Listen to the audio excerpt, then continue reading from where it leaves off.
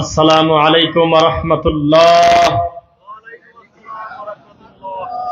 ইন্নাল হামদালিল্লাহ আলহামদুলিল্লাহি রাব্বিল আলামিন ওয়াস সালাতু ওয়াস সালামু আলা রাসূলিহিল আমিন ওয়া আলা আলিহি ওয়া আসহাবিহি আজমাইন। أما بعد فأعوذ بالله من الشيطان الرجيم وإذا قيل لهم اتبعوا ما أنزل الله قالوا بل نتبع ما وجدنا عليه آباءنا أولو كان الشيطان يدعوهم إلى عذاب السعير وقال تعالى فاعلم أنه لا إله إلا الله قال النبي صلى الله عليه وسلم لا تشرك بالله وإن قتلت أو حرقت। আলহামদুলিল্লাহ। আদর্শ মানব কল্যাণ সংস্থার উদ্যোগে প্রথম তাফসীরুল কোরআন মাহফিলের একদম শেষের দিকে আল্লাহ আমাদেরকে বসায় রেখেছেন। বক্তা শ্রোতা সবাই আপাতত যার যার পরিচয় ভুলে আল্লাহর আব্দুল্লাহ বান্দা হিসেবে প্রশংসা করি সর্বপ্রথম আলহামদুলিল্লাহ। শান্তি অবতীর্ণ হোক আল্লাহর রাসূলের উপরে, যার আদর্শ বাস্তবায়ন করার জন্য পরিস্থিতি জটিল হওয়ার পরেও আল্লাহ আমাদেরকে ভালোবেসে তাওহীদের দুইটা কথা বলার মতো সুযোগ দিয়েছেন। আল্লাহুম্মা সাল্লি আলাইহি আল্লাহুম্মা বারিক আলাইহি। বাংলাতে বলা হয় আমাদেরকে উড়ন্ত মুফতি, যার দ্বারা বেশি কল্যাণ নিচ্ছে এই বাঘার মাটিতে, তার নাম শায়েখ আব্দুল্লাহ আল কাফি হাফিজাহুল্লাহ। আল্লাহ তুমি তার ইলমে বারাকা দাও, আল্লাহুম্মা আমিন। পিছনে চুপ করে বসে যদি উনি আরো আধা ঘন্টা কথা বলতে চাইতেন, আমি এক সেকেন্ডের জন্য আমি ঘুরেও তাকাতাম না। এটা আমার দিক থেকে বলি নাই শেষ করতে, এটা একটা পরিস্থিতি। তিনি যে কথা বলতেছিলেন মুখ দিয়ে, শব্দগুলো টন টন করে বাজতেছিল, বিশেষ করে সামাজিক জাহিলিয়াত পর্দার উপরে। আলহামদুলিল্লাহ, আল্লাহ সুবহানাহু ওয়া তাআলা আমাদের সম্মানিত শায়েখের ইলমে তুমি বারাকা দাও, আল্লাহুম্মা আমিন। সম্মানিত প্রেসিডেন্ট আমার বক্তব্যের পূর্বে কথা বলেছেন, আমাদের আনোয়ারুল হক আনার সাহেব। আল্লাহ তার মানবতার কল্যাণে কাজের যে স্পৃহা, তুমি তার দাওয়াতি গতি আরো বাড়িয়ে দাও, আল্লাহুম্মা আমিন। আপনারা কেমন আছেন সবাই? শিরক আর তাওহীদ কিন্তু একবারে কাছাকাছি থাকে, খালি একটা র নাই মাঝখানে। ডক্টর জাকির নায়েক বলছিল শুধু একটা র নাই। হিন্দুরা যেদিক তাকায় সব নড়াচড়া করে মোট ভগবান। মানুষ বলে ৩৩ কোটি, তবে অনেক বাড়িয়ে গেছে, আরো কত ডেলিভারি হয়েছে না। আর আমরা বলি স্রষ্টার, ওরা বলে স্রষ্টা। পৃথিবীর সমস্ত কিছু মাখলুক আর খালেক হলো রব্বুল আলামিন। ওয়ালাম ইয়াকুল্লাহু কুফুয়ান আহাদ, তার সমকক্ষ কেউ নাই, তুলনীয় কোনো কিছু নাই। লাইসা কামিথলিহি শাই, আমি আমার আল্লাহর সাথে দৃষ্টান্ত দেব, এই দৃষ্টান্ত দেওয়ার মতো কিছু পৃথিবীতে নাই। রব্বুল আলামিন কোরআন মাজিদে তার সিফাত বলতেছে, তার হাতের কথা, তার চোখের কথা, তার পায়ের কথা। তিনি জাহান্নামে পা ভরে দিবেন, স্পষ্ট সহিহ হাদিস। তিনি হাতের কথা বলেছেন।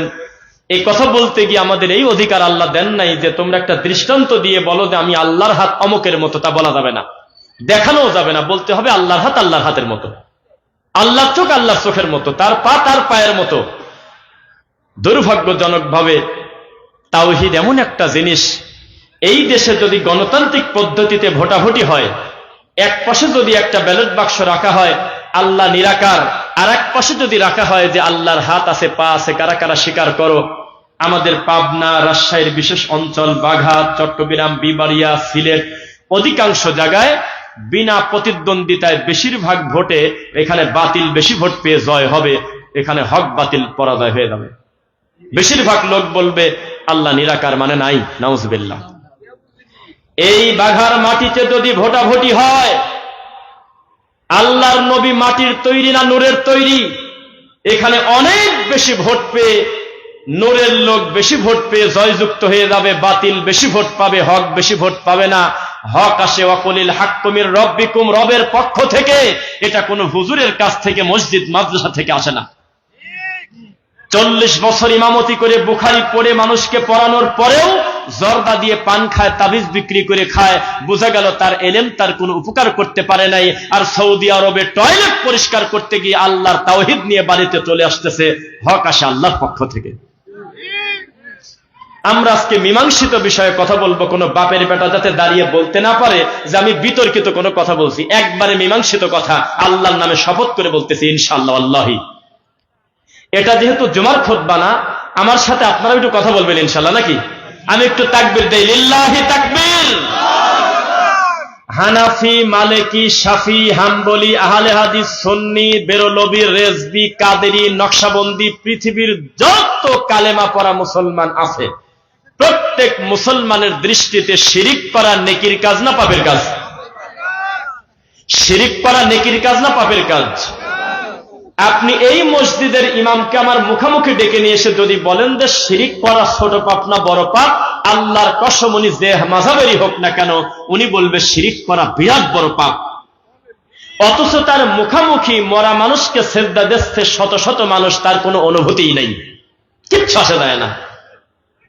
তার মুখামুখি বহু নিরীহ বাচ্চার গলায় কোরআনের আয়াত কেটে কেটে তাবিজ দিয়ে মানুষ ঘোরে, জীবনে তার অনুভূতিতেই আঘাত লাগে না। শিরক কি তাওহীদ কি তিনি বুঝতেই পারে নাই, শুধু শুনেছে স্বপ্নের গরুর মতো যে তাবিজ কবজ নেওয়া, তারপরে অন্য কিছুর উপরে নির্ভর করা, কারোর কাছে ছেলে সন্তান চাওয়া শিরক। বাস্তবে কাগজের কথা কাগজেই পড়ে আছে। মুসলমান, সুদ খাওয়া নেকির কাজ না পাপের কাজ? একসাথে বলবেন। আমার এই বক্তব্য আমি আশা করতেছি একটা প্রভাব বিস্তারকারী বক্তব্য হবে এই বাঘার মাটিতে। কোন বাপের বেটা যাতে বলতে না পারে এই লোকটা এসে অহেতুক একটা গালিগালাজ করে গিয়েছে, একদম মীমাংসিত বক্তব্য দেব। সুদ খাওয়া নেকির কাজ না পাপের কাজ? কোন মাযহাবে নেকি আছে কেউ বলতে পারবেন? সমস্ত মাযহাবে স্বীকার করেছে সুদ খাওয়া বড় পাপের কাজ। আজও পর্যন্ত আমাদের এলাকার কোন হুজুররা, বাঘার সব ইমাম এক জায়গা হয়ে কোন দিন বলে নাই আমাদের মসজিদের সভাপতি সুদখোর, আমাদের এলাকার প্রধান দায়িত্বশীলরা সুদখোর, আসো আমরা সুদখোরের ব্যাপারে ঐক্যমত গঠন করি, আমরা হাতে হাত রেখে আমাদের সব দ্বন্দ্ব ভুলে গিয়ে এলাকাকে কিভাবে সুদ মুক্ত করা যায় সেই চেষ্টা করি। কোন দিন হুজুররা তা করে না।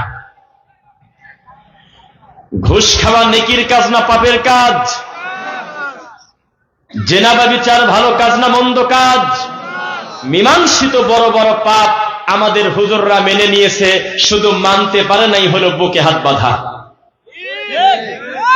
আমাদের হুজুররা তার বিপরীতে, তার কথার সাথে শুধু সুন্নাহর বিপরীত থাকার কারণে তিনি সহ্য করতে না পেরে মাহফিলটাকে বানচাল করতে চায়, অথচ সুদখোরকে সমাজ থেকে বেইজ্জত করতে চায় না। ঘুষখোরকে আল্লাহর ঘর থেকে আলাদা করার জন্য তাদের কোনো ভূমিকা নাই। মুসলমান, চিৎকার দিয়ে বলে গেলাম আজকে সুদ হারাম। ডক্টর ইউনূস হোক আর আরেক যে হোক না কেন, পৃথিবীর যেই খাবে সুদ সে হারাম কাজ করবে। সুদের লেখনী যে সাক্ষী থাকবে হারাম হবে, সুদের দোকান যে চিনিয়ে দিল সে হারামের গুনাহ হবে। এর পরেও আমি বলতেছি, বিপরীতে যদি করবে হাসানা চালু না করেন তো লোকজন বাঁচবে কিভাবে? বুঝছেন নাকি? সারাদিন ফতোয়া দিচ্ছেন যে মিলাদ পড়লে গুনাহ হবে, কিন্তু মিলাদের বিপরীতে রাসূলের প্রতি দরুদ পড়লে কত লাভ হবে, এইটা যদি জাতিকে আপনি না বোঝাতে পারেন, এই জাতি সত্য নিবে কার কাছ থেকে? ও মুসলমান, আপনাদের আর আমাদের ভিতরে শুধু পার্থক্য এক জায়গা। আপনারাও বলেন শিরক হলো পাপ, আপনারাও বলেন বেদাত হলো পাপ, পার্থক্য এক জায়গা। আপনারা শিরিককে পাপ বলে শিরিকের সিরিয়াল দেন না, আর আমরা কোনটা কোনটা শিরিক এটা চোখে আঙুল দিয়ে ধরায় দেই। এটাই হলো আমাদের অন্যায়। মুসলমান, আজকের এই বৈঠকে আপনি সিদ্ধান্ত নিয়ে যান, একেবারে ঠান্ডা মাথায় আকার ইঙ্গিতে আমরা সমস্ত হুজুর সুদ মেনে নিয়েছি, জিনা ব্যভিচার মেনে নিয়েছি, জর্দাকে হালাল করে নিয়েছি, বড় বড় পাপকে আমরা মেনে নিয়েছি, শুধু মানতে পারি নাই আল্লাহর রাসূলের সুন্নাহ।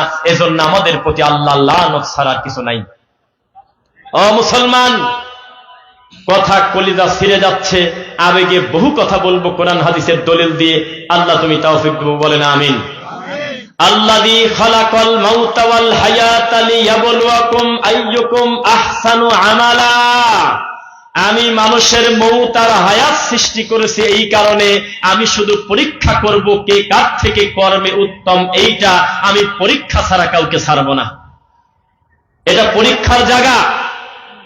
যে ভালো কাজ করতেছে তারও পরীক্ষা হচ্ছে, যে মন্দ কাজ করতেছে তারও পরীক্ষা হচ্ছে। বিচারের মাঠে দেখা যাবে কে সঠিক ছিল কে বেঠিক ছিল। এই জমিনে হক বাতিলের ফয়সালা বোঝা যায় না। এই জমিনে যারা হকের পতাকা নিয়ে মানুষের দ্বারে দ্বারে তাওহীদ প্রচার করে, তাদের বক্তব্য 500 জন লোক বসে শোনে না, আর 32 ইঞ্চি বক্তার সামনে হাজার হাজার লাখ লাখ লোক বসে থাকে। এদেশের ধর্মের হাড়িতে কুত্তায় মুখ দিছে। যাদের সাথে ধর্মের দিনের কোনো সম্পর্ক নাই, দাঁতগুলো তরমুজের বিচি, সারাদিন জর্দা খায়, ধর্মকে বিকৃত করে, রাসূলের প্রতি মিথ্যা অপবাদ দেয়, রাত দিন জাল হাদিস প্রচার করে, পীর ফকিরের গল্প করে, তাদের নামের উপরে লক্ষ লক্ষ মানুষ জড়ো হয়। মানুষ মনে করতেছে এটাই মনে হয় হকের মাপকাঠি। ওয়া ইন তুতিউ আকসার মান ফিল আরদি ইউদিল্লুকা আন সাবিলিল্লাহ। হে নবী, এই জমিনে অধিকাংশ মানুষের মতামতকে যদি মেনে নেন, তারা আপনাকে মূল রাস্তা থেকে গোমরাহ করে ফেলবে। ইয়াত্তাবিউনা ইল্লা যান্না ওয়া ইনহুম ইল্লা ইয়াখরুসুন। কারণ অধিকাংশ লোক চলে হলো অনুমান আর ধারণার উপরে।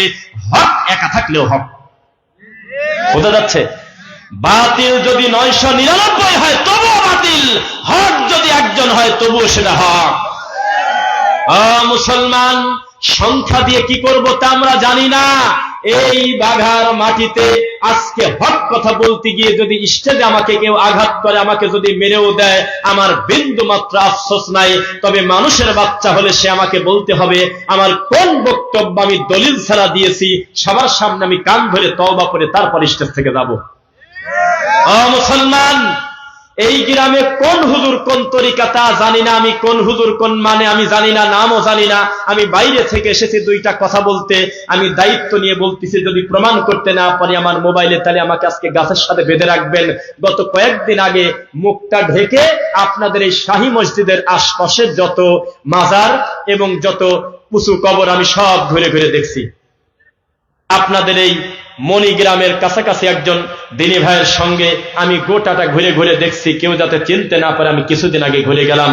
আমি জানতে চাচ্ছি, ও বাঘার হুজুররা, মাওলানারা, আপনাদের শরীরে রক্ত নাই, আছে হলো পুজ আর পায়খানা।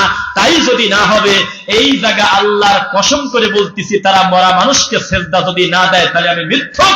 আমার চোখের সামনে কুষ্টিয়ার 4 জন লোক এসেছে, তার বাচ্চার মেধা শক্তি যাতে ভালো হয় এজন্য একটা মুরগি মানত করার পরে বাচ্চাকে মাজারের আশপাশে এইভাবে গড়ায় দিল এবং মাজারের মাটি নিয়ে কপালে এইভাবে নিচ্ছে আর সুমা খাচ্ছে আর সেজদা দিচ্ছে।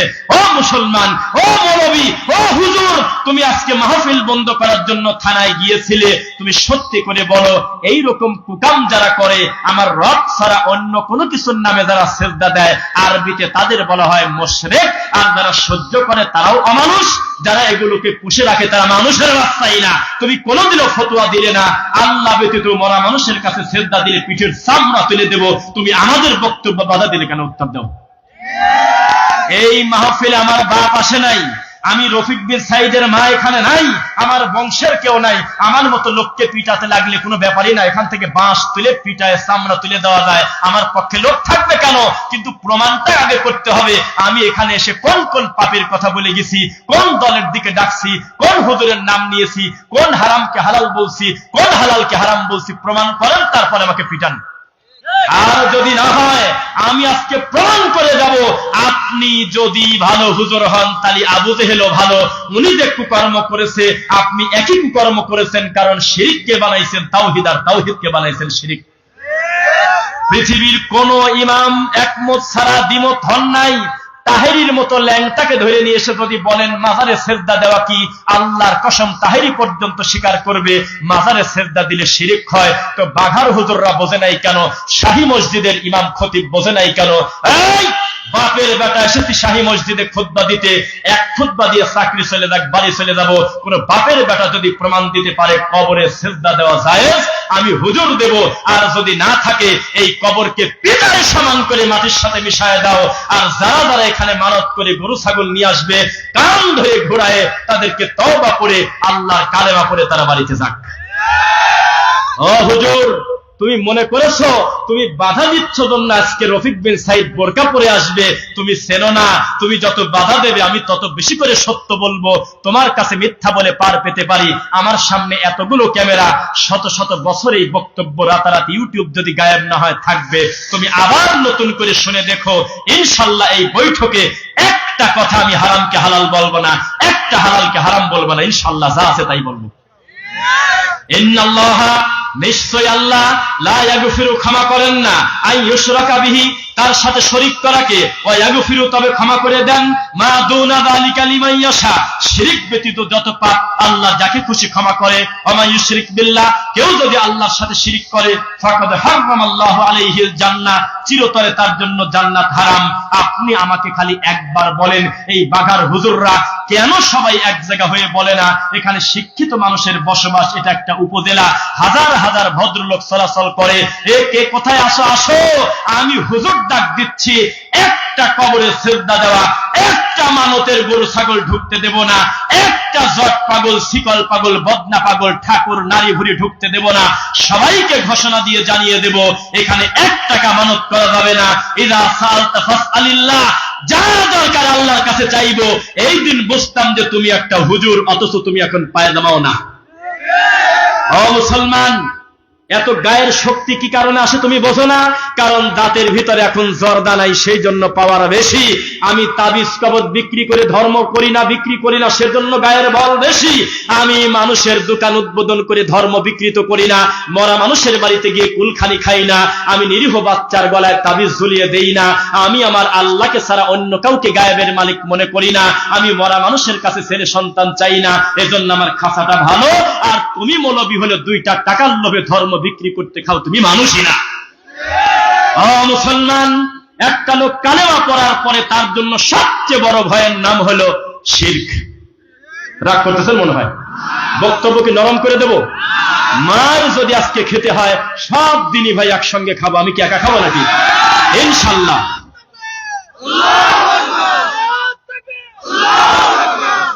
আপনাকে পরিষ্কার করে বলে দেই, এই মাঠে যেহেতু একবার রানিং হয়ে গেল, এই বক্তব্যই বেদাতি ভণ্ড হুজুরকে বলে দিয়েন, উনি যেন ডিসি অফিসে কালকেই পাঠিয়ে দেন। ডিসি অফিসার যদি বক্তব্য শুনে যদি বলে রফিক বিন সাইদ একটা কথা বলেছে, যে কথাটা কোরআন হাদিসে নাই, উনি নিজের মন মতো বানায়ছে, আমি আবার জাতির সামনে ক্ষমা চেয়ে যাব, এই ভণ্ড তা পারবে না। খাওয়ার উপরে বলতেছে ইহুদির দালাল, একই হিসাব, এমনিতেই বন্ধ করে দেবে। অথচ এই জায়গা কত মানুষ, নিরীহ মানুষ এসে মুশরিক হচ্ছে, ঈমান হারা হচ্ছে, কোন দিন কারোর কিছু আসা যায় না। ও মুসলমান, আল্লাহর এই মাটির উপরে 3টা মসজিদ আছে, যেই মসজিদে জিয়ারত করা যায়, বাড়ি থেকে নিয়ত করে নেকি বেশি পাবো মনে করে যাওয়া যায়। আল্লাহর এই জমিনে 4 নাম্বার কোন কবর তো দূরের কথা, মসজিদ পর্যন্ত নাই। 1 বাইতুল্লাহ, 2 মসজিদে নববী, 3 বাইতুল মুকদ্দাস জেরুজালেম। এই 3টা মসজিদে নেকি বেশি পাবো মনে করে বাড়ি থেকে বের হওয়া যায়। আল্লাহর এই পৃথিবীতে আর 4 নাম্বার মসজিদ নাই। টঙ্গীর এই হাজারি টয়লেটের পাশে তো বহু দূরের কথা, পৃথিবীর কোনো শাহী মসজিদ নাই। একটা রাকাত নামাজ পড়লে 3টা টাকার নেকি বেশি পাওয়া যাবে, পৃথিবীর কোনো মসজিদ নেই। কিসের কবর, কিসের মাজার? সমুদ্রে হাবুডুবু খাচ্ছে, আশেপাশে কোনো নৌকা নাই, কিচ্ছু নাই। এই লোকটার পরিস্থিতি যত জটিল, মরা মানুষ নিজেই তত জটিল। আরে ভণ্ড হুজুর সারা জীবন বক্তব্য দিয়েছে রে, আমরা এক সময় এই নোংরা পড়াশোনা শিখছি, আমাদের হুজুররা আমাদেরকে বলছে, শোনো, বিচারের মাঠে নবীরা পর্যন্ত দায়িত্ব নিতে চাবে না, সবাই অল্টার করে দেবে, যাও মুসার কাছে, ইব্রাহিমের কাছে, ইসাকের কাছে, ইয়াকুবের কাছে, আইয়ুবের কাছে, লুতের কাছে, ঈসার কাছে, একের পর এক নাম নিতে নিতে শেষ পর্যন্ত রাসূলের কাছে যাবে। রাসূল বলবেন, আমার উম্মত যদি খাঁটি না হয় তার কোনো সুপারিশ করতে পারবো না। সেই হুজুর আবার কি করে বলতে পারে হক্কানি পীর মানে আল্লাহর ওলি, তার হাতে হাত দিলে জান্নাতে যাওয়া যাবে? অথচ এই হুজুরের বক্তব্য শুনে আমরা শিখেছি, আদম আলাইহিস সালাম বলবে, আমার এক ছেলে মার্ডার কেসের আসামি, ইদ কররাবা কুরবানান ফাতুকুব্বিলা মিন আহাদিহিমা, আমার এক ছেলে আর এক ছেলেকে হত্যা করছিল, পরিস্থিতি বড় জটিল। নূহ আলাইহিস সালাম বলবে, আমার নিজের বেটাকে আমি টিকাতে পারতেছি না, ইন্নাহু লাইসা মিন আহলিক, সে আমার আহাল না, যদি আমি তাকে ধরতে যেতাম। ইব্রাহিম আলাইহিস সালাম বলবে, এই পৃথিবীর সবচেয়ে দামি মানুষের একজন আমি, অথচ আমার বাপকে আমি কোনো উপকার করতে পারলাম না। মুসা আলাইহিস সালাম পর্যন্ত দায়িত্ব নিতে চাবে না, শাহী মসজিদ দায়িত্ব নেয় কিভাবে? রফিক বিন সাইদ দায়িত্ব নেয় কিভাবে? মানুষকে আল্লাহর ভয় দেখাতে হবে। ইত্তাকুল্লাহ, আল্লাহকে ভয় করো। ইন্নী আখাফুল্লাহ, বলো যে আমি আমার আল্লাহকে ভয় করি। দুনিয়ার মানুষকে ভয় করলে সত্য বলা যায় না। একটা ছোট্ট করে সূত্র বলি, আমার মতো লোক যদি এই শাহী মসজিদে অথবা অন্য আর এক মসজিদে হোক না কেন 1 ঘন্টা জুমার খুতবা দেই, আমাকে পিটিয়ে মেরে ফেলবে। এর নাম হলো সামাজিক জাহিলিয়াত। এই ল্যাংটা লোকদের সামনে তুমি কি ওয়াজ করো জানি, হরিণ উড়ে গেল রে, কয় সুবহানাল্লাহ। কুত্তার গল্প, ব্যাঙের গল্প, ও হোসেন তুমি বড় না আমি বড়, হরিণ বাঁধার গল্প, দাদার গল্প, ঠাকুরের গল্প, পীরের গল্প। ঘন্টার পর ঘন্টা নিরীহ মানুষকে জিম্মি করে আল্লাহর ঘরটাকে বানানো হয়েছে সার্কাস। এটাকে বন্ধ করতে হবে। মুসলমান, ব্যারিস্টার ফুয়াদ নামে একটা ব্যারিস্টার আছে, অনলাইনে তার বক্তব্য পাওয়া যায়, দেখছেন? উনি মাওলানাও না, হুজুরও না, খতিবও না, কোন মাদ্রাসায় পড়ে নাই। তিনি একটা আফসোস করে কয়েকদিন আগে বক্তব্য দিয়েছে, আমার ভিতরটা ছিঁড়ে যায়। এই হুজুররা ইসলামের জন্য কি করছে? কেন? বলতেছে যে নিজের টাকা খরচ করে, নিজের বাচ্চার হাত ধরে, নিজের নতুন পোশাক পরে হুজুরের কাছে একেবারে আসামির মতো করে ধরা দেয় সপ্তাহে একদিন। এই টাইমটা যদি হুজুররা কোরআন হাদিস দিয়ে কাজে লাগাতো, এই সমাজে এত অন্যায় ব্যভিচার থাকতো না। ওই হুজুর ওই টাইমে শুরু করতেছে হলো আপনার ওই আব্দুল কাদের জিলানীর আব্বার বড়ই খাওয়ার গল্প। একটা ম্যাজিস্ট্রেট, একজন ডিসি, একজন এসপি, একজন ওসি, একজন এমপি, একজন মন্ত্রী, একজন চেয়ারম্যান, একজন মেম্বার, একজন সামাজিক দায়িত্বশীল, আর কোন সময় সালাত পড়ুক আর না পড়ুক, জায়নামাজ নিয়ে সামনের কাতারে জুমার খুতবায় অন্তত যায়। জুমার খুতবায় যখন গেছে, তখন যদি বলতো 1 টাকা মেরে খেলে তোর খবর আছে, 1 টাকা সুদ খেলে এই পাপ হয়, জনগণের অর্থ আত্মসাৎ করলে তার কি ক্ষতি, তখন ওই সভাপতি, তখন ওই চেয়ারম্যান বাড়ি দেওয়ার সময় মাথাটা নিচের দিকে তাকিয়ে বলতো, আল্লাহ এই ভয়াবহ পাপ থেকে তুমি আমাকে বাঁচাও। আর এই হুজুর যখন মসজিদে খুতবা দেওয়া শুরু করে, আর এই সবচেয়ে বড় বড় পাপী যখন মসজিদে ঢোকে, তখন হুজুর বলতেছে, আব্দুল কাদের জিলানীর বাপ বড়ই খাইছে 18 বছর, তো বড়ই খেলে না নারকেল খেলে তার দাম কি? আব্দুল কাদের জিলানীকে নিয়ে একটা কটু কথা বলেছি, কোন বাপের বেটা যদি বলতে পারে আমাকে জুতা দিয়ে পিটাবেন। আমি শুধু বলেছি আব্দুল কাদের জিলানী যত ভালো মানুষ হোক না কেন, উনি যদি দুনিয়াতে ডেলিভারিও না হতো, ইসলামের কোনো কিছু আসে যাইতো না। কারণ ইসলাম চলে ওহী দিয়ে, যা 1450 বছর আগে পূর্ণাঙ্গ হয়ে গেছে, তার নাম পবিত্র কোরআন। অথচ এই মানুষের জীবনী আমাদের এই দেশে হাজার হাজার ঘন্টা বক্তব্য হচ্ছে, একটা সাহাবীর নাম নেয় না, নবীজির নাম নেয় না, রাসূলের নাম নেয় না। এই দেশেই চলতেছে ল্যাংটা নীতি। ও হুজুর, আজকে বক্তব্য দিয়ে চলে যাব। আমি বারবার বলতেছি, আমার এই বক্তব্য শুধু আমাদের দিনী ভাইদের কানে যাচ্ছে না, মাইকের আওয়াজ যতদূর যাচ্ছে সবার কাছে পৌঁছে যাচ্ছে। তুমি শুধু প্রমাণ করো, আমি মেনে নেব।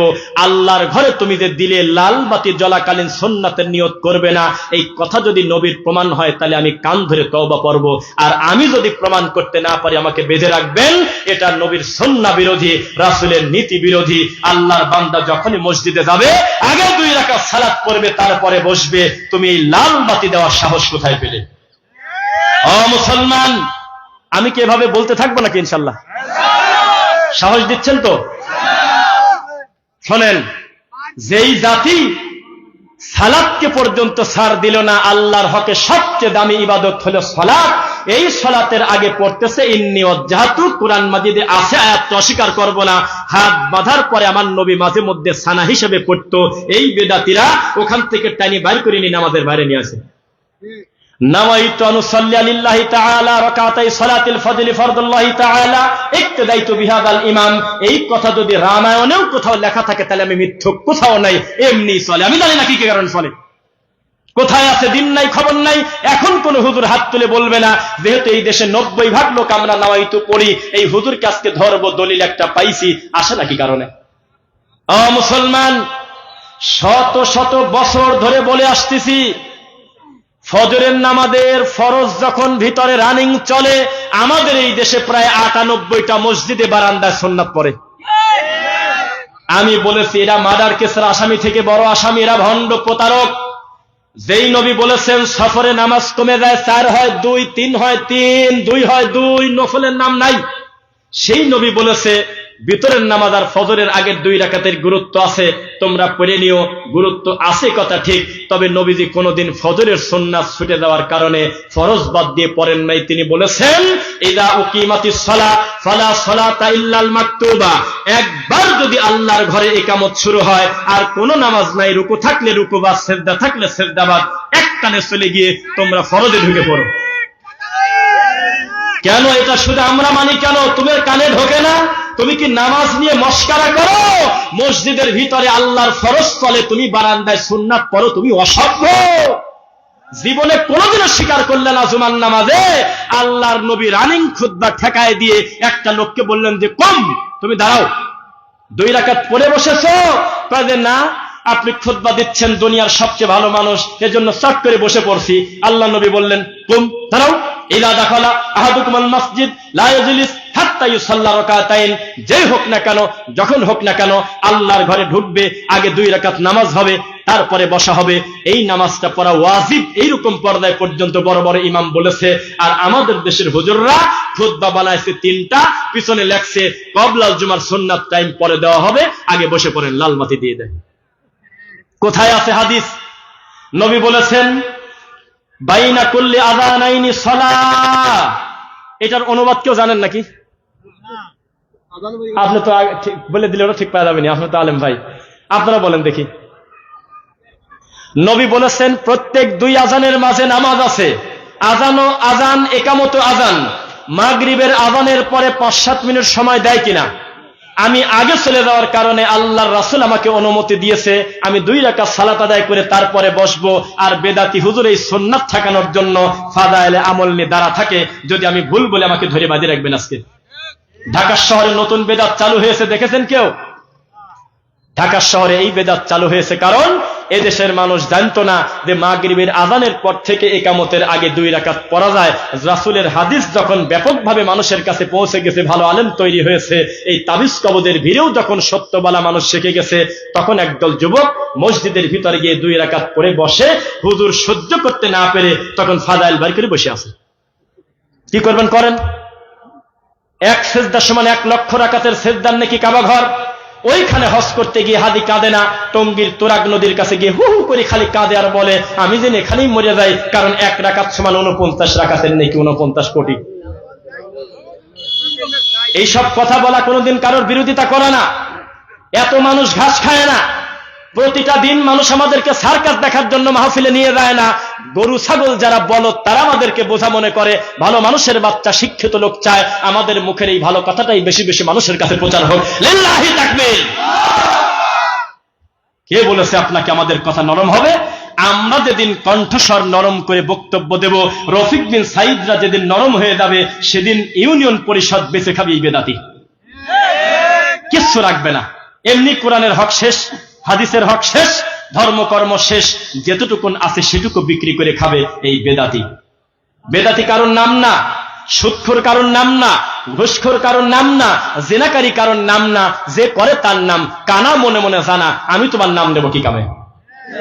ও মুসলমান, এই বাঘা থেকে একটা গাড়ি Sony super super super Sony super Sony নামে একটা গাড়ি ঢাকাতে যায়। তা আমি নতুন মানুষ, আমি জিজ্ঞাসা করলাম যে গাড়ি কেমন? বলতেছে গাড়ি হলে ফার্স্ট ক্লাস, নতুন নামানো হয়েছে, চাকা ভালো, ড্রাইভার অভিজ্ঞ ভালো, গাড়িগুলো চকচকা, সিটটা খুব ভালো, সব ভালো। আমি যখন গাড়িতে উঠতে যাব তখন বলতেছে ব্রেক কিন্তু মাঝে মধ্যে মিস করে। তাহলে এতক্ষণ যে প্রশংসা করলে, এটাকে প্রশংসার আর জাত থাকলো? হুজুরের টুপি নিয়ে কোনো কথা বলি নাই। হুজুরের মুখের দাড়ি আমার থেকে ভালো, হুজুরের মাথার টুপি আমার থেকে 3 তালা, হুজুর জান্নাত পর্যন্ত বিক্রি করে খায়। সব ব্যাপার বুঝলাম, কিন্তু একটা জিনিস হুজুর কেন বোঝে না? যেই লোকটার তাওহীদ ঠিক নাই, তার জীবনে 16 আনাই মিছে।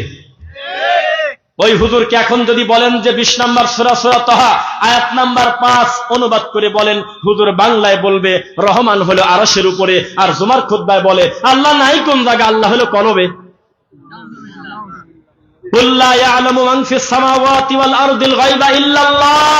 হে নবী, আপনি বলে দেন আসমান আর জমিনে কে আছে? আমি আল্লাহ ছাড়া গায়েব জানে, গায়েবের মালিক একমাত্র আল্লাহ। এখানে অনুবাদটা ঠিকই করতেছে। জুমার খুতবায় গিয়ে বলে, ও বাবারা, আল্লাহর ওলির কবরের কাছে গেলে হাত তুললে আল্লাহ দোয়া কবুল করে নেয়। কি বলে এগুলো? জান্নাতি মানুষ শুয়ে আছে, জীবনে কোনোদিন কোনো বাপের বেটার সাহস হলো না। ও আবু বকর, ও উমর, হে উসমান, হে আলী, তোমরা শুধু জান্নাতি না, উম্মতে মুহাম্মাদের শ্রেষ্ঠ সন্তান, জান্নাতের সবচেয়ে কাছাকাছি তোমাদের জায়গা হবে।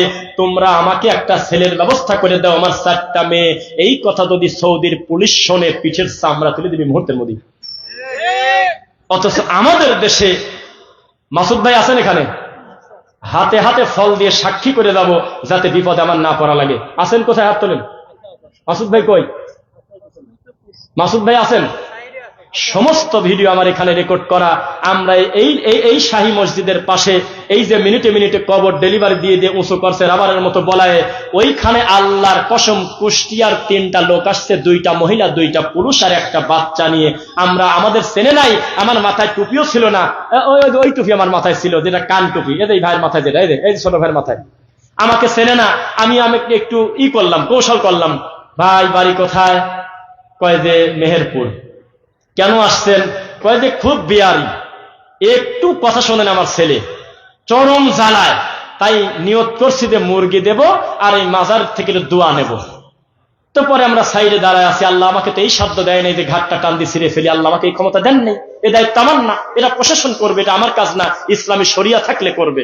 আমি ধৈর্য ধরে আমি বারবার বলতেছি, আল্লাহ এই সময় তুমি যদি আমাকে মৃত্যু দাও, আমার জীবনের শেষ কর্ম হবে হলো এই কুকাম দেখা, আল্লাহ তুমি আমাকে বাঁচাও। আল্লাহ আমি ধৈর্য ধরে দাঁতে কামড় দিয়ে 3জন ছিলাম, এখানে 3জনই আছি। তখন বললাম যে ছেলে কি করবেন?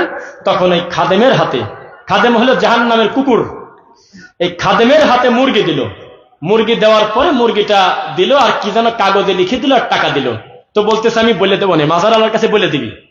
এরপরে এই পাশে এসে আল্লাহর কসম আমি যদি মিথ্যা বলি, আল্লাহ তোমার গজব, এর থেকে বড় কথা হয় না। কয়েকদিন আগের ঘটনা, নভেম্বর মাসে, তখন এই বাচ্চাটাকে এইভাবে গড়ায় দিল। বলতেছে ওর পুরা গায়ে যেন মাজারের মাটি লাগে, সেভাবে চেষ্টা করেন যতদূর পারেন। তখন এই বাচ্চাকে গড়ায় দিচ্ছে, 3-4 বার গড়াগড়ি পারার পরে ওই মাটি এভাবে কবরে টান দিনি কপালে মুছতেছে। তুমি ইমামতি করো, তোমার বিষ খায় মরে যাওয়া উচিত, আত্মহত্যা জায়েজ নাই আমি জানি, এত বড় কুকাম তুমি মেনে নিলে, আর তুমি আল্লাহর বান্দা, কুরআন হাদিসের কথা বলবে তুমি সহ্য করতে পারো না, তুমি কি হুজুর? তুমি 50 বছর তাফসিরুল কোরআন মাহফিল করেছো এই বাঘার মাটিতে, কোন বাপের বেটা হাত তুলে বলতে পারবে না 50টা কথা আমার মনে আছে। আর আমরা বক্তব্য দিয়ে চলে গেলে অন্তত 10 দিন 4 দোকানে আলোচনা হয়, বক্তা কিছু বলে গেছে রে, এর নাম ওয়াজ। আর কানে হাত দিয়ে হু হু করে খালি কাঁদে। আর আমাদের দেশের তাফসীর মাহফিল কাকে বলে শুনবেন? বলহু আল্লাহু আহাদ। হে নবী আপনি বলেন আল্লাহ এক। কোন নবীকে আল্লাহ বলতে বলেছেন? যেই নবীর নাম হলো মুহাম্মদ সাল্লাল্লাহু আলাইহি ওয়াসাল্লাম। এই নবীকে কি আপনারা চেনেন? যিনি হলো ফাতেমার আব্বা। ফাতেমাকে আপনারা চেনেন? যিনি হলো হাসান হোসাইনের মা। হোসাইনকে কি আপনারা চেনেন? এ কথা বলেই কারবালা ঢুকে গেছে, আর বাড়ায় না, 2 ঘন্টা ধরে খালি কাঁদে। এটা হলো তাফসীর মাহফিল। তো সভাপতি এসে বলতেছে বুঝলাম না, আপনাকে আমি দিয়ে গেলাম হলো সূরা ইখলাসে, আপনি এত তাড়াতাড়ি কারবালায় ঢুকলেন কিভাবে? আমরা তাফসীর করতে আসি নাই, আমরা সুদখোরের বিরুদ্ধে বক্তব্য দেওয়ার পর সুদখোর যাতে মাথা নিচু করে বাড়িতে আর বলে সুদ খাওয়া দিয়ে এত বড় পাপ জীবনে অনুভূতিতে আসছিল না, আজকে বুঝলাম। মাজারে সেজদা দিলে সে মানুষের বাচ্চা থাকে না, সে পশু, সে একেবারে অমানুষ হয়ে বাড়িতে যায়, তার কালেমা ঠিক থাকে না, ঈমান হারা হয়ে যায়। এই কথা প্রমাণ করে যাওয়া লাগবে। একজন ঘুষখোর বলবে ঘুষ খাওয়া এত বড় পাপ, আগে কোনোদিন বুঝতাম না, আগেও হুজুররা ওয়াজ করছে আর কানে হাত দিয়ে বলছে ঘুষ খেলে কিন্তু পাপ হয়। মুসল্লি কয় তাতে আমার কি? সুরে সুরে কোনোদিন এত কড়া কথা বলা যায় না। বলতে হবে সুদখোর কত খারাপ, ঘুষখোর কত খারাপ, জেনাকারী কত খারাপ। জাল হাদিস যদি কেউ একদিন মুখ দিয়ে বলে জাহান্নামে তার জন্য ঘর রেডি, এইরকম বক্তব্য দিলে এই জাতি বুঝবে বাঘার মাটিতে একবারই বক্তব্য শুনছিলাম, যার নাম ওয়াজ, বাকি হলো আওয়াজ। ও হুজুর, আপনি বললেন ওই নবীর প্রতি দরুদ ও সালাম, যেই নবীকে সৃষ্টি না করলে আসমান জমিন কোনো কিছু সৃষ্টি করা হতো না। সামনের লোক সবাই বলতেছে সুবহানাল্লাহ। তখন আমরা বললাম যে না, সুবহানাল্লাহ বলা যাচ্ছে না, কারণ এটা মেড ইন চায়নার হাদিস, এটা মক্কা মদিনা থেকে আসে নাই, আল্লাহর কাছ থেকে আসে নাই, নবী বলে নাই, সাহাবায়ে কেরাম বলে নাই, আপনি পাইছেন কোন জায়গা? তখন এই মুসল্লিদেরকে খাওয়ায় দিয়ে বলে আপনাদের এলাকায় ওহাবি ঢোকেছে। এরা ফিতনাবাজ, এরা ইহুদির দালাল। হায় রে লজ্জা রে! আপনারা একজন আর একজনের উপরে রাগ করে দুই একটা গালি দেন না, তা বলি না। আর হুজুর মানুষ গালি দিচ্ছে কিভাবে? হুজুরের মুখের সবচেয়ে ছোট গালি হলো ইহুদির দালাল। শুনতেছেন? হুজুরদের মুখের সবচেয়ে ছোট গালি হলো তুই কাফের, তুই খ্রিস্টান, তুই আমেরিকার দালাল। এই কথা বলে কিনা? ও হুজুর, তুমি যেই চরমুনাইকে অন্তর থেকে ভালোবাসো, তার বিরুদ্ধে একটা টু শব্দ আমি এই মাঠে করব না। তবে এনায়েতুল্লাহ আব্বাসীকে তুমি কি বলবে? গতকালকে ফতোয়া দিয়েছে চরমুনার পীর 7.5 লক্ষ টাকা মন্দিরে দান করার কারণে বর্তমান সে কাফের, তাকে কালেমা পড়ে মুসলমান হতে হবে। ওখানে পারো না? ওই জায়গা কিছু বলতে পারো না? তাহিরি প্রকাশ্যে বলেছে আল্লাহর ধন রাসূল নিয়ে আল্লাহ গেছে নাই হয়ে, রাসূলের ধন খাদা পেয়ে শুয়ে আছে আজমিরে, কেউ ফেরে না খালি হাতে খাদা তোমার দরবারে। সেদিন তোমার পায়ের জুতা কোথায় ছিল? সেদিন তোমার ইমানের পাওয়ার কোথায় ছিল? সেদিন তো কিছু বলে নাই। এখন আবুল সরকারের বিরুদ্ধে লাগলে, আরে আবুল সরকার তো এমনিও ল্যাংটা, ও তো আগে থেকেই তার কোনো ধর্ম নাই। টুপিওয়ালা হুজুর যে জাল হাদিস বলে সেটার কি হবে?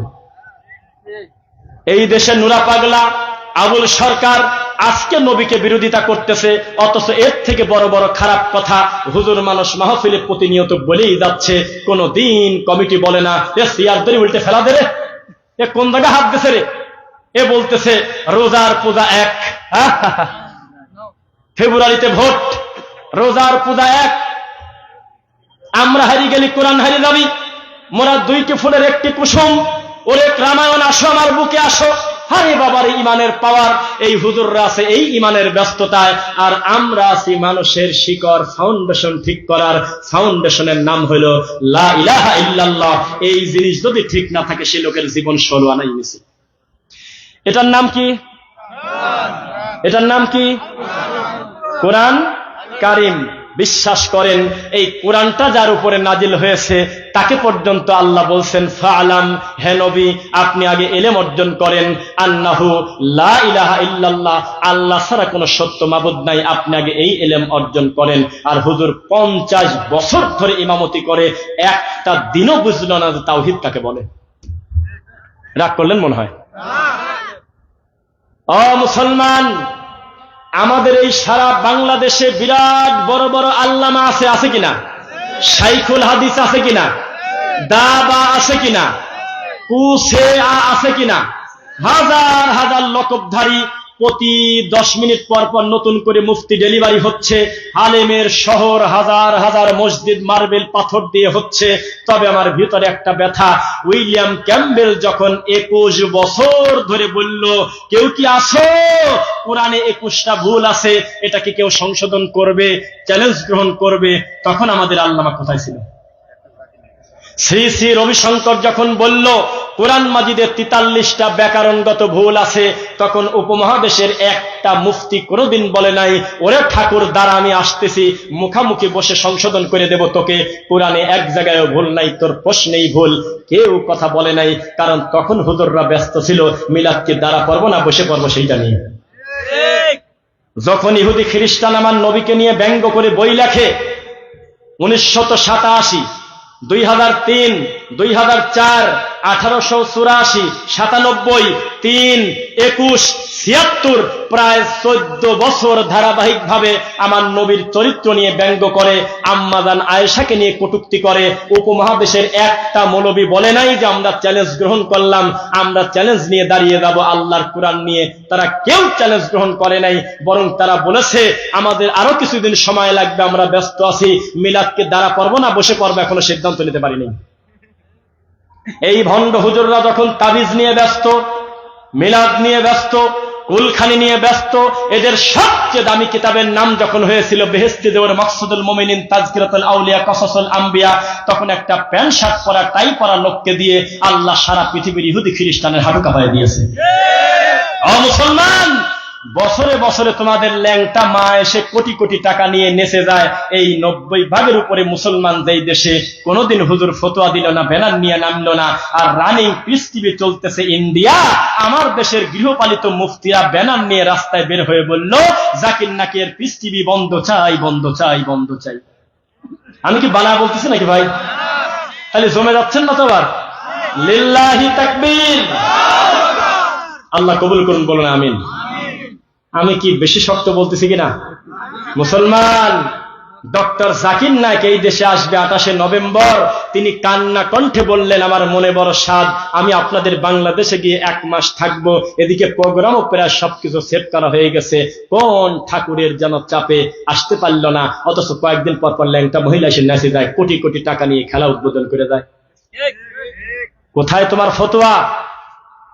ইন্ডিয়া থেকে নায়ক নায়িকা নিয়ে এসে আমাদের দেশের হুজুরদের খুশি করতেছে। হুজুর খুতবা দিচ্ছে, কিছু ঠিক পায় না। আর ডক্টর জাকির নায়েক যখন এই দেশে আসতেছিল, তখন কুয়াকাঠি নামে একটা মৌলবীর বিরাট বড় ফ্যান ফলোয়ার তখন চিৎকার দিয়ে বলেছিল, আমরা হুজুররা এয়ারপোর্ট ঘেরাও করবো, জাকির নায়েক পেশাব পায়খানার ডাক্তারটাকে ঢুকতে দেব না। তোমার বক্তব্য মুরগিও শোনে না রে হুজুর। আর এই পৃথিবীর 80% শিক্ষিত লোক যাকে ভালোবাসে, পছন্দ করে, তার নাম ডক্টর জাকির নায়েক। আরে মালায়নরা পর্যন্ত বলল, বাবারে জিনিসটা কি রে, আমাদের ধর্ম দিয়ে প্রমাণ করে দিচ্ছে আমরাই ভুল।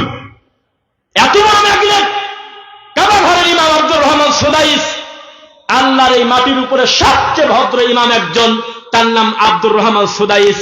তিনি একদিন বললেন, আমিও তো বক্তব্য দিলাম, আরো কত লোক বক্তব্য দিল, বক্তব্য শুনলো, তবে নতুন করে কেউ মুসলমান হলো না। আর এই প্যান্ট শার্ট পরা লোকটাকে যখন তুলে দিলাম, তখন পিছনে ঝগড়া লেগে গেছে। ও কয় আমি আগে কালেমা পড়বো, ও কয় আমি আগে কালেমা পড়বো।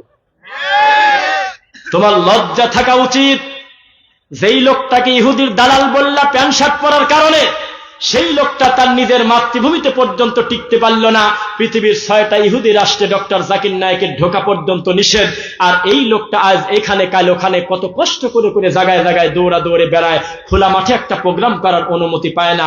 এত বড় মাজলুম আলেমকে তোমরা বলতেছো ইহুদির দালাল।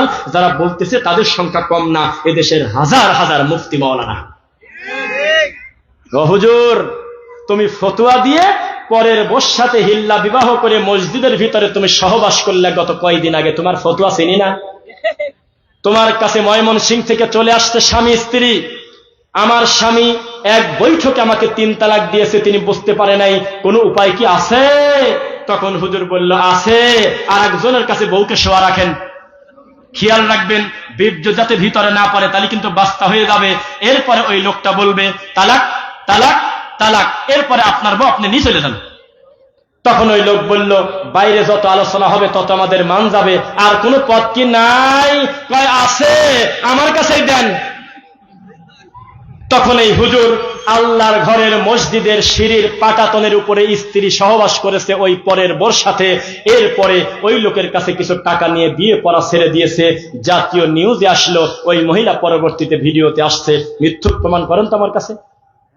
এই কুকাম আমরা করি না গো হুজুর। তুমি 200 টাকার জন্য মন্দির উদ্বোধন করেছো, সেই দিন তুমি খোলা মাঠে এসে বললে যে আমি মন্দির উদ্বোধন করছি। তুমি নতুন সিনেমা মুক্তি পাবে আগামী শুক্রবার রাজশাহীতে, তুমি মুনাজাত করে বলতেছো, হে আরশের মালিক আল্লাহ, ছবিটা যাতে ভালো চলে তুমি সেই ব্যবস্থা করে দাও। এই তো তোমার মুনাজাতের পাওয়ার। আর তুমি যাদেরকে গালিগালাজ করো, আমাদেরকে সারা পৃথিবী লিখে দিয়ে বলো একটা ল্যাংটা মহিলার সামনে দাঁড়ায় মুনাজাত করতে হবে আগামী শুক্রবার, যাতে ছবিটা ভালো চলে, জীবন চলে যাবে, এই কুকাম করবো না। ও হুজুর, 2021 সালে আমরা দেখেছি এমন হুজুর, যেই হুজুর হলো মূর্তি উদ্বোধন করতেছে। কিভাবে দেখবেন? স্ট্যাচু, মূর্তি, ভাস্কর্য একই না আলাদা? হ্যাঁ, পানি আর ওয়াটার যেমন, মূর্তি আর স্ট্যাচু তেমন। তো এই মূর্তির মুখটা ঢাকা আছে, কি করা আছে? কথা বোঝেন না? কি করা আছে? আস্তে করে মাঝে মধ্যে ডানে বামে তাকাবেন। যার আপনার মতো দরদ নেই, মাঠে বসে নাই, তারা পর্যন্ত আমাদের বক্তব্য শুনতেছে, আমি জানি। আল্লাহ, তারাও আমার মুসলমান ভাই, তুমি তাদেরকে দিনের জন্য কবুল করো আল্লাহ। তুমি বড় বড় মুশরিককে হেদায়েত দিয়েছ আল্লাহ। আমরা কি করছি আল্লাহ? বড় বড় 99টা মানুষ হত্যাকারীকে ক্ষমা করছে আল্লাহ। কুত্তাকে পানি পান করানোর কারণে শরীর বিক্রি করে টাকা রোজগার করে পতিতা মহিলাকে তুমি হেদায়েত দিয়েছ আল্লাহ। তুমি আমাদেরকে দিয়ে দাও হেদায়েত আল্লাহ। কি বলতেছিলাম? মূর্তির মুখটা পুরাটা হলো পাগড়ি দিয়ে ঢাকা বা রুমাল দিয়ে ঢাকা। তো বলতেছে যে এই মূর্তি উদ্বোধন করবো একটা হুজুর মানুষের মুনাজাত দিয়ে। তখন এই হুজুর ওই মূর্তির সামনে গিয়ে বলতেছে, রাব্বানা যালামনা আনফুসানা ওয়া ইল্লাম তাগফির লানা ওয়া তারহামনা লানাকুনান্না মিনাল খাসিরিন বিহাক্কি লা ইলাহা ইল্লাল্লাহ। এরপরে ওই পাগড়ি ধীরে ধীরে খুলল। এইরকম হুজুর আমরা পাইছি। চট্টগ্রামের একটা শিল্পী, তার নাম আইয়ুব বাচ্চু। মৃত মানুষকে নিয়ে কটু মন্তব্য করব না, তার হিসাব আল্লাহর কাছে চলে গেছে। এই লোকটা মরার পরে চট্টগ্রামের ব্যান্ড সঙ্গীতের আয়োজনে খতমে কোরআন ও মিলাদ মাহফিলের আয়োজন করেছে। স্টেজের ভিতরে গিটারের ছবি পিছনে ওখানে ওই লোকটার ছবি দেওয়া ওই বাদ্যযন্ত্র কমিটি একটা খতমে কোরআনের ব্যবস্থা করেছে। সেখানে পর্যন্ত হুজুররা গিয়ে মোনাজাতে কাঁপতেছে। এই তো তোমার মোনাজাতের পাওয়ার, এই তো হুজুর, এই তো ধর্ম। এই দেশে সিনেমা উদ্বোধন হয় হুজুরের মোনাজাত দিয়ে, এই দেশে মূর্তি উদ্বোধন হয় হুজুরের মোনাজাত দিয়ে। এই দেশে কোরআনটা চলে শুধু মরা মানুষের কাছে, তাজা মানুষের কাছে কোরআনের কোনো দাম নাই। ও মুসলমান, এই কোরআন মাজিদে আছে ওয়ানুনাজ্জিলু মিনাল কোরআনি মা হুয়া শিফা ওয়া রাহমাতুল লিল মুমিনিন। নিশ্চয়ই এই কোরআনেই রয়েছে তোমাদের জন্য উত্তম শেফা, তোমরা হলো মুমিন। বানায় বলছে নাকি? আমরা পড়েছি ইখলাস, ফালাক, নাস, আয়াতুল কুরসি, বাকারা শেষ দুই আয়াত, সূরা মুলক। এগুলো পড়লে আল্লাহ বরকত দেয়। মান করা আল কোরআন ফালাহু আশরু আমসালিহা। কেউ যদি একটা হরফ পড়ে প্রতি হরফে 10 নেকি। আমরা জানি যে পড়লে আল্লাহ রহমত দেন, বরকত দেন, শেফা দেয়। আর হুজুর এই একই আয়াত দিয়ে বানিয়েছে তাবিজ দেওয়ার দলিল। রাগ করছেন মনে হয়? তাহলে একটু নরম করে বলি, তাকান। গত 28শে নভেম্বর, কি বলছি, রোজ শুক্রবার, পূর্বাচল সালাফি কনফারেন্স, বিশাল বড় কনফারেন্স, প্রায় 150 আলেম ছিল। বিদেশি আলেম ছিল 3 জন, আরবি বিদ্বান সহ। আপনার পাশের এলাকা ডক্টর মুজাফফর বিন মোহসিন হাফিজাহুল্লাহ জুমার খুতবা দিচ্ছিলেন। ঠিক তার আগ মুহূর্তে আমি বক্তব্য দেওয়ার পর বলল, চলে গেলে মানব না, আবার রাত্রে এসে আবার কথা বলা লাগবে। আমি আবার গেছি, বসে আছি, একটা লোক এসে আমাকে জড়ায় ধরলো। তার নাম হলো মুফতি মারুফ কাশেমি। দেখেছেন? সেই লোক আমাকে জড়ায় ধরে বলতেছে, মাফ করছেন কিনা তাই বলেন, তাছাড়া ছাড়বো না। আমি বললাম, আপনার অন্যায়টা কি?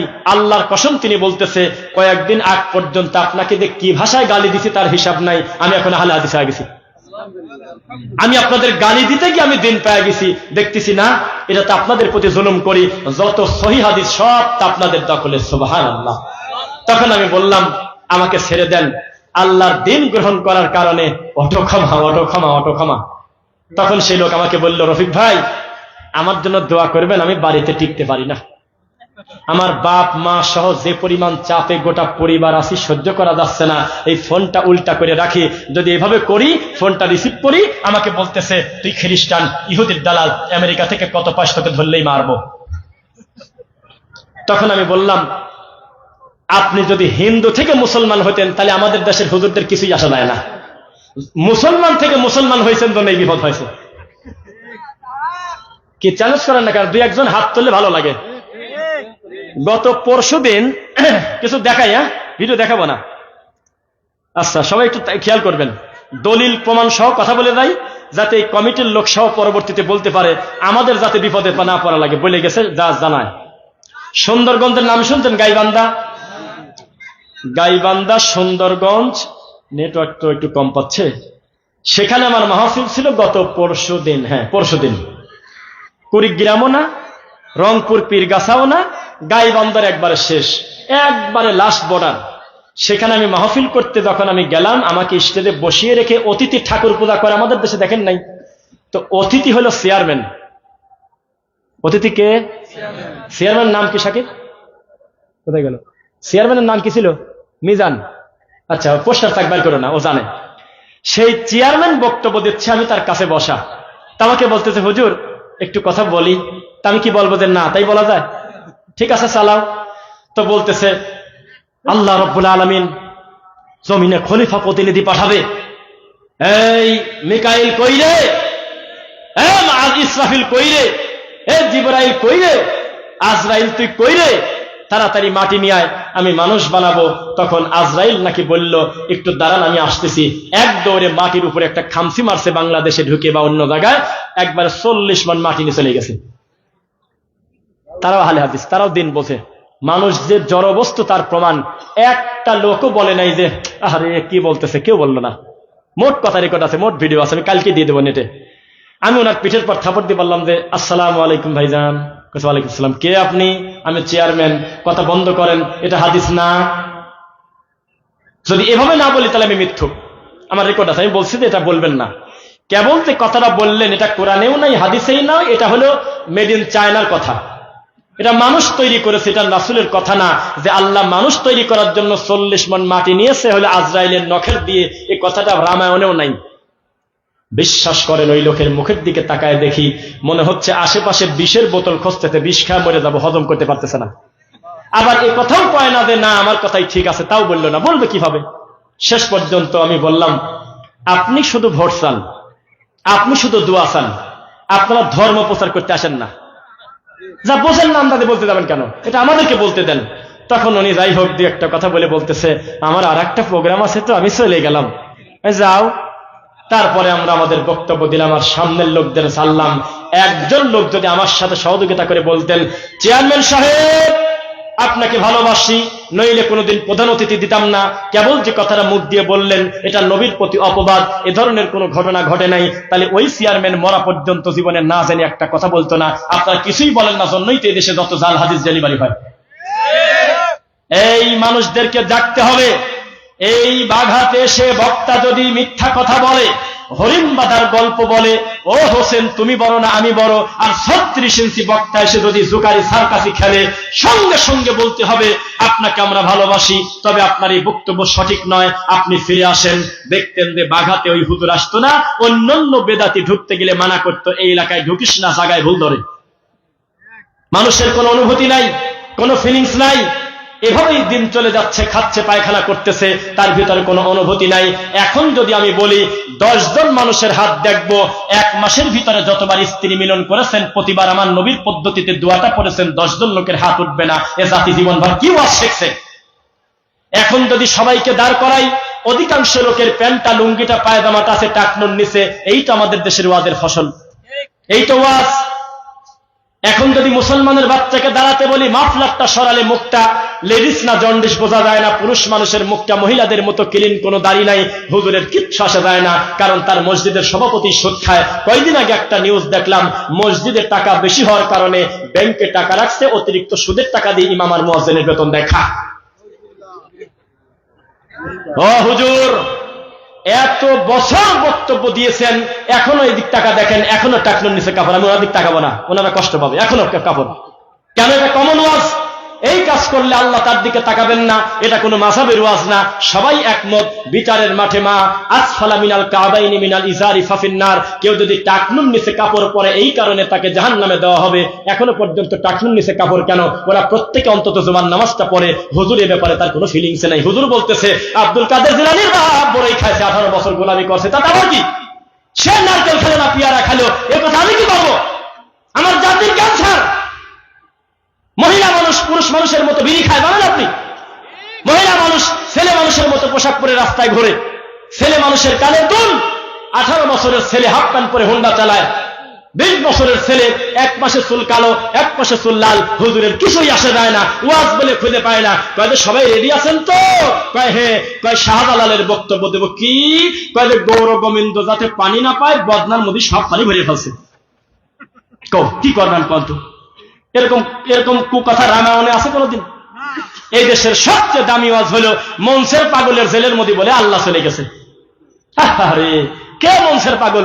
কিসের সাথে কি নারী ভুরি লাগায় আল্লাহকে অপমান করতেছে? একটা সোতা জুতা খোলে না, হাতটা দেশে কোন জায়গা? জবাবদিহি থাকতে হবে। আমি বারবার বলতেছি, আমাকে আজকে বাঁধেন, খালি প্রমাণ করেন যে আপনার অমুক জায়গা ভুল ছিল। সত্যি থাকলে, ভুল স্বীকার করলে কিছু হয় না, বলবো যে আমার স্লিপ অফ টাং হয়ে গেছে। তবে এরকম স্লিপ অফ টাং করেন না, বিশ্বের এততম সুন্দরী নারী অমুক, তার নাম অমুক, বিসমিল্লাহ বলে তার দিক তাকা থাকবেন, এটা কোনো স্লিপ অফ টাং না। এরকম হুজুর এই দেশে আছে কিনা যে আল্লাহর নাম নিয়ে নায়িকার দিক তাকাতে বলে? আছে কিনা? এই তো হুজুর, এই বলে তার স্লিপ অফ টাং।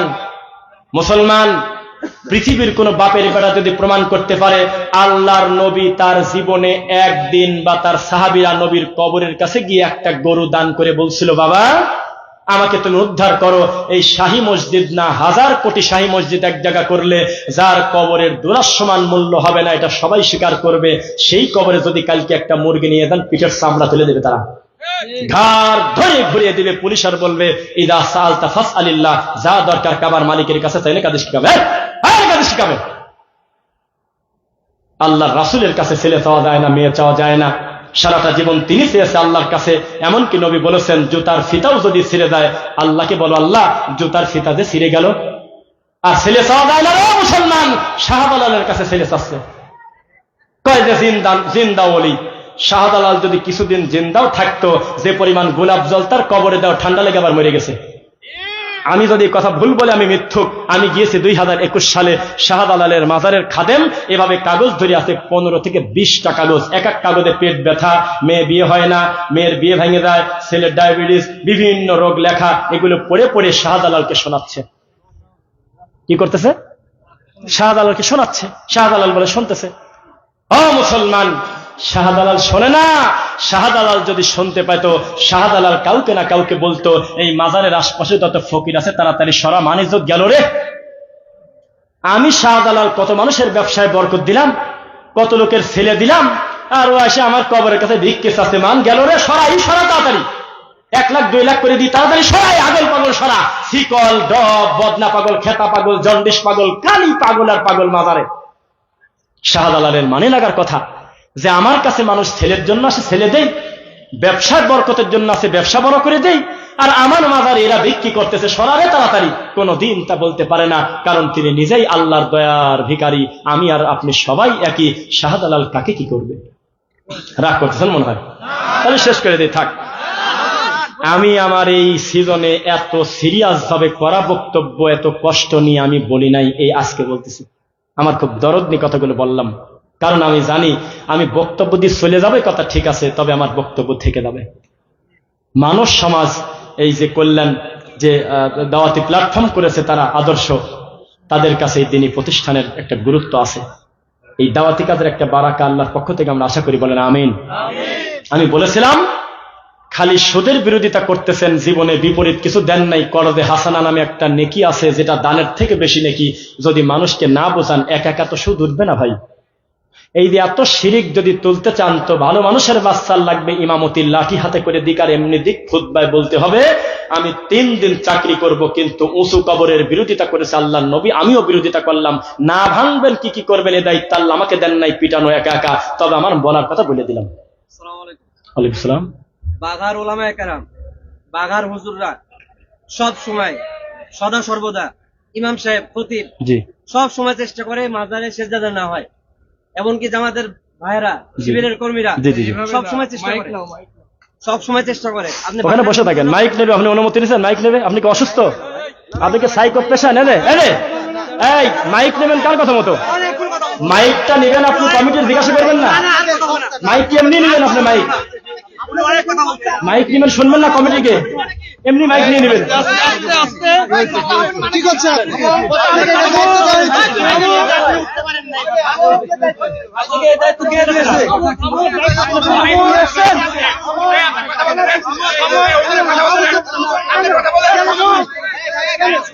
আপনি কেন করতে পারেন না? আপনার কে বলেছেন?